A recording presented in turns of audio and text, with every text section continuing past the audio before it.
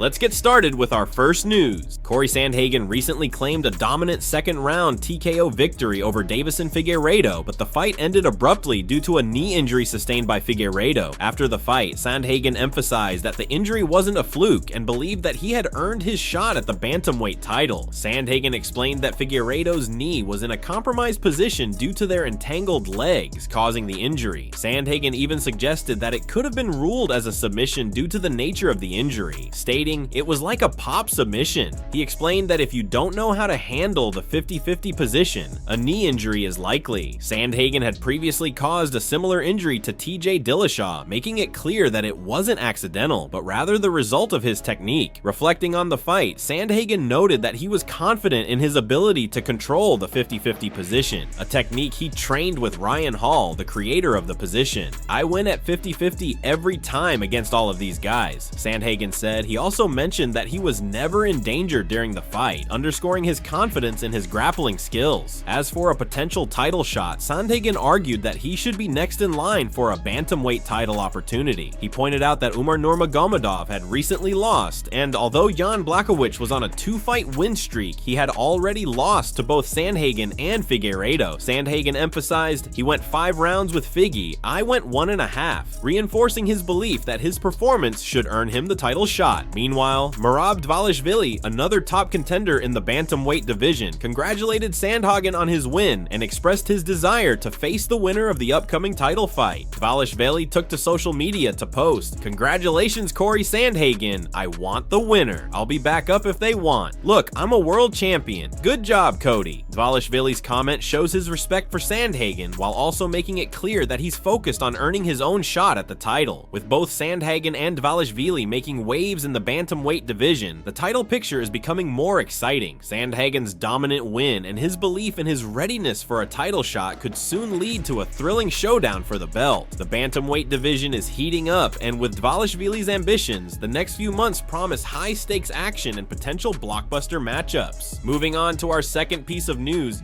Della Maddalena has officially accepted a potential fight with Islam Makhachev. The Australian welterweight, who is currently on the rise, has a significant test ahead of him at UFC 315, where he'll face the highly skilled Belal Muhammad. If Maddalena secures the welterweight title by defeating Muhammad, he's ready to step up to the challenge and take on Makhachev, who has made it clear he's considering a move to 170 pounds. Maddalena's title shot comes at a pivotal moment in the welterweight division. For weeks now, rumors have swirled that if Belal Muhammad loses at UFC 315, Makhachev could make the leap to welterweight to challenge for a new title. Makhachev, the current lightweight champion, has expressed interest in competing in other divisions. However, due to his close relationship with Muhammad, who trains with Makhachev, he has previously stated that he wouldn't fight his teammate. The situation is further complicated by Makhachev's desire to test himself in the welterweight class, and if Maddalena wins the title, this could be the perfect opportunity to make that jump. Recently, Della Maddalena spoke with MMA Junkie about his future, specifically regarding potential opponents if he wins the welterweight crown. When asked who he might face next, the rising star was confident and composed. He said, "It really doesn't matter what any of them think. Who just the UFC are the ones who are going to tell you who gets the next shot, but a lot of competitors, any one of them, the UFC can announce their next and you wouldn't be surprised." Maddalena emphasized that the UFC ultimately decides who gets the next title shot, and regardless of the competition, he is prepared to face any of them. He went on to add, "I think any of them can get it. If Islam, after the fight, says he wants to step up, I would happily give him the shot. Obviously what he's done, I don't think there would be too many complaints from people that think that's not fair. Hopefully we can do it kind of soon. I think they've got the card in Australia coming up, obviously not looking past Bal, but would love to fight in Australia." For Maddalena, it's clear that he's open to the idea of fighting Makhachev, especially if he wins the welterweight title.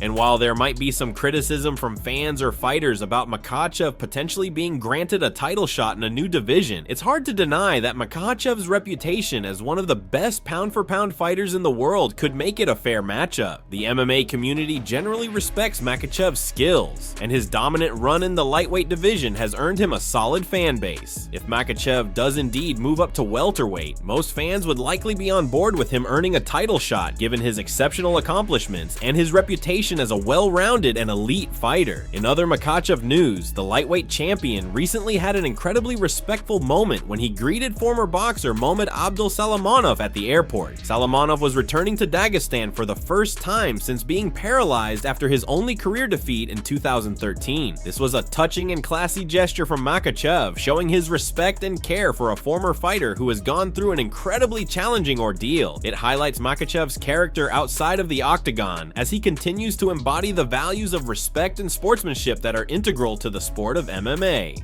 In summary, if Jack Della Maddalena can defeat Belal Muhammad at UFC 315, he's already set his sights on the next challenge, potentially facing Islam Makhachev for the welterweight title. While Makhachev's jump to 170 pounds could ruffle a few feathers, the champion's skills and legacy speak for themselves. If it happens, fans can expect an exciting and competitive showdown between these two talented fighters, possibly in Maddalena's home country of Australia. Either way, the future of the welterweight division is shaping up to be very exciting. Moving on to another major piece of news, reigning middleweight champion Reinier de Ridder has called out UFC fighter Sean Strickland for a potential showdown in the octagon. In a bold statement, de Ridder expressed his belief that Strickland, despite his fearsome reputation, might not be as invincible as many perceive him to be, especially when it comes to certain areas of mixed martial arts. The former one championship middleweight and light heavyweight champion made it clear that he's confident in his own abilities, especially his wrestling, judo, and jiu-jitsu, and he feels that he can hang with anyone, regardless of their skill set. Reinier de Ridder recently set his sights on UFC middleweight champion Sean Strickland, taking aim at Strickland's reputation as a top-tier wrestler. While Strickland is widely praised for his striking, especially his relentless jab, de Ridder pointed out that his wrestling may not be as dominant as people think. Maybe guys need to be less sort of in awe of that reputation of his, de Ridder remarked. He believes that while Strickland may be a solid wrestler, his skills are not as godlike as many expect. De Ridder further emphasized that fighters should focus on their own strengths and not be distracted by what others bring to the table. My jiu-jitsu, my judo, my wrestling is so good I can hang with anybody. Doesn't matter what they bring, he said. This highlights de Ridder's unshaken confidence and refusal to be intimidated by Strickland's established reputation. When asked about what excites him most about a potential fight with Strickland, de Ridder expressed his desire to challenge himself against the best. This was the best American wrestler, let's do the best American striker, de Ridder said, referring to Strickland's striking abilities. His words reveal a fearless approach to competition, and his willingness to face one of the top strikers in the world speaks volumes about his mindset as a champion. Despite Strickland's strengths, de Ridder's willingness to take on this challenge shows his belief in his own abilities and his desire to prove himself against the best. De Ridder also spoke highly of Strickland's personality, calling him a funny dude and acknowledging Strickland's unique place in the sport. He's a real character, de Ridder added. This shows that while he's ready to fight Strickland, he also respects the American's individuality and character within the sport. This level of respect only adds to the challenge, making the call-out feel both professional and personal. Strickland is currently ranked among the top middleweight fighters, often sitting in the top 3 or 4. De Ridder, a dominant champion in his own right, seems focused on targeting the best as he searches for his next big challenge.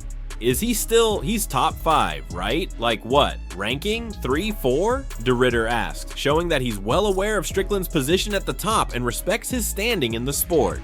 What makes this potential matchup even more intriguing is the stylistic contrast between the two fighters. Strickland is known for his relentless stand-up game, particularly his jab, which has been a key weapon in his UFC career. On the other hand, de Ridder is a well-rounded mixed martial artist with a strong grappling base, particularly in jiu-jitsu and judo. His ability to overcome tough competition and his versatility in the cage make him a formidable opponent. I think it's an interesting matchup style-wise, de Ridder said. He has a very good jab. I don't think my jab is too bad. Yeah, I would like that fight. I would really like that fight. De Ridder's confidence in his striking ability and his belief that he can neutralize Strickland's jab only heightened the excitement surrounding a potential bout between these two fighters. In conclusion, Reinier de Ridder's call out of Sean Strickland is a clear display of his unwavering confidence and determination to challenge himself against the best. Despite Strickland's reputation, de Ridder believes he can hold his own in the striking department while showcasing his superior superior grappling. If the UFC decides to make this fight a reality, it has the potential to be one of the most exciting matchups in the middleweight division for years to come. Fans are eagerly awaiting the possibility of this clash between two dynamic and skilled fighters. Moving on to another intriguing piece of news, Arman Tsarukyan has sent a stern warning to Islam Makhachev regarding a potential showdown with Ilia Topuria. While many in the MMA community believe that Topuria would face an uphill battle against the lightweight king, Tsarukyan has outlined why he thinks the rising Georgian star could be the one to dethrone Makhachev and make a massive impact on the lightweight division. The possibility of Ilia Topuria fighting Islam Makhachev has been a hot topic in the MMA world for some time now. Topuria, who has garnered a lot of attention for his impressive fighting style and rapid rise up the ranks, is seen by many as one of the few fighters who could pose a serious threat to Makhachev's reign at the top of the lightweight division. However, while the consensus is that Makhachev's wrestling and well-rounded skill set would be too much for Topuria, Tsarukyan doesn't see it that way. In a recent interview with Sport24, Tsarukyan weighed in on the potential matchup and explained why he believes Topuria could be the one to rock the MMA world. He is short, it would be hard for Islam to shoot for the legs. He's a hard hitter, good balance, and he can knock Islam out at any moment, Tsarukyan said, pointing to the advantages Topuria holds in terms of his striking and knockout power. These are critical factors in a fight with Makhachev, whose strengths lie in his wrestling and top control. One of the key points Tsarukyan made is that Topuria's physicality, specifically his shorter stature, could make it challenging for Makhachev to execute his trademark takedowns. It would be hard for Islam to shoot for the legs, Tsarukyan explained, noting that Topuria's compact frame and solid balance could make him a difficult target for Makhachev's wrestling. Tsarukyan continued to praise Topuria's striking ability, saying that if the Georgian lands cleanly, he could potentially drop Makhachev. This is a bold statement considering Makhachev's durability and defensive skills, but it speaks to the raw power and unpredictability that Topuria brings into the octagon. However, Tsarukyan acknowledged that the fight would likely play out in a way that favors Makhachev's style. I think if he lands, he will drop Islam, but the question is if Islam will fight in his range. I don't think so. I think he'll keep his distance, strike from the outside, and when Topuria gets closer, he will take him down or clinch. This observation speaks to Makhachev's fight IQ and ability to avoid danger, as he has consistently displayed a measured approach in his fights, using his striking to close the distance before transitioning to his wrestling. Tsarukyan also noted that Topuria has yet to face anyone with the caliber of wrestling and submission skills that Makhachev possesses. In the past, Topuria has demonstrated his ridiculous punching power, but he has yet to face anyone with galaxy-class wrestling and submissions like Makhachev, Tsarukyan said, recognizing the challenge Topuria would face in dealing with Makhachev's elite grappling. Makhachev's wrestling and ability to control opponents on the ground have been the cornerstone of his success, and Tsarukyan is quick to point out that Topuria's untested grappling defense could be a major liability. In Tsarukyan's analysis, the fight between Topuria and Makhachev is one that would likely be dictated by Makhachev's ability to avoid Topuria's striking and take the fight to the ground.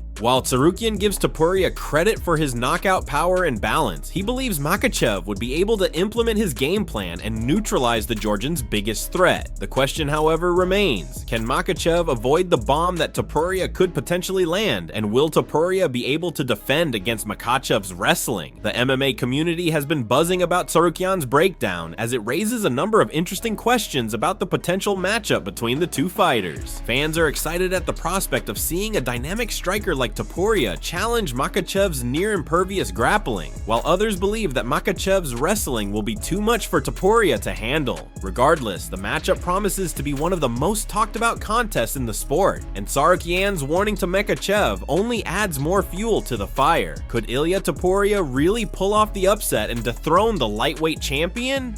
Only time will tell, but Tsarukyan's analysis has certainly made the fight even more intriguing. Moving on to another news, breaking, UFC fighter pulls out of UFC 315 main card fight. Fighter pulls out of UFC 315 main card. Yesterday, a user on X that goes by Magic MMA Bets reported that it looked like Joel Alvarez will not be able to fight Benoit Santine as scheduled at UFC 315 due to an injury. Well, today it was confirmed and Joel released a statement on Instagram. He said, "Hey there everyone, I'm out of my fight at UFC 315 due to a hand injury that leaves me unable to start punching for 3 weeks. It's not the lightweight waist I wanted, but it's the one there is. There are many factors that are not in our hands and we cannot control. Camp had been perfect so far. We will be back this year, reformed and with a different focus. Thank you very much to everyone, always for the support. You're the best." Joel Alvarez had been booked for the fight after winning 3 straight. Grant Dawson's name was thrown into the mix, but he replied and shut down the fight, saying he couldn't make the weight class on short notice. He wrote, "I'm absolutely down for that fight. Unfortunately, I can't make the weight on that short of notice, so if BSD is willing to move the fight to another date, I'd love to take it." Mauricio Rufy decided to call out Benoit Santine after Alvarez pulled out by writing on Twitter saying, "Hey UFC, how about a main event at a fight night against Santine? Do you want to see BSD take on Mauricio Rufy? Or who should step in to replace Alvarez with Gilbert Burns versus Michael Morales? And now this fight off the main card. What are your thoughts on UFC 315? Let us know in the comments below.